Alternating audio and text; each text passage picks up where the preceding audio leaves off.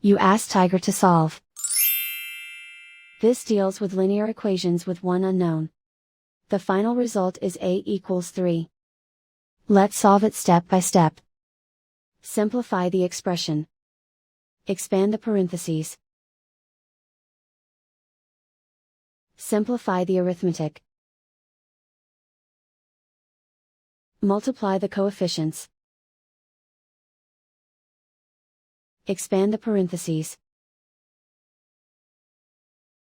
Group like terms.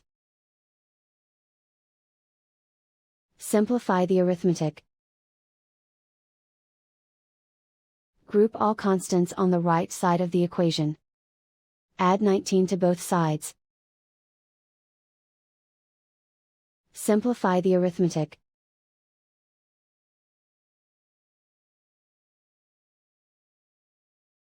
Isolate the a. Divide both sides by -48. Cancel out the negatives. Simplify the fraction. Cancel out the negatives. Find the greatest common factor of the numerator and denominator. Factor out and cancel the greatest common factor.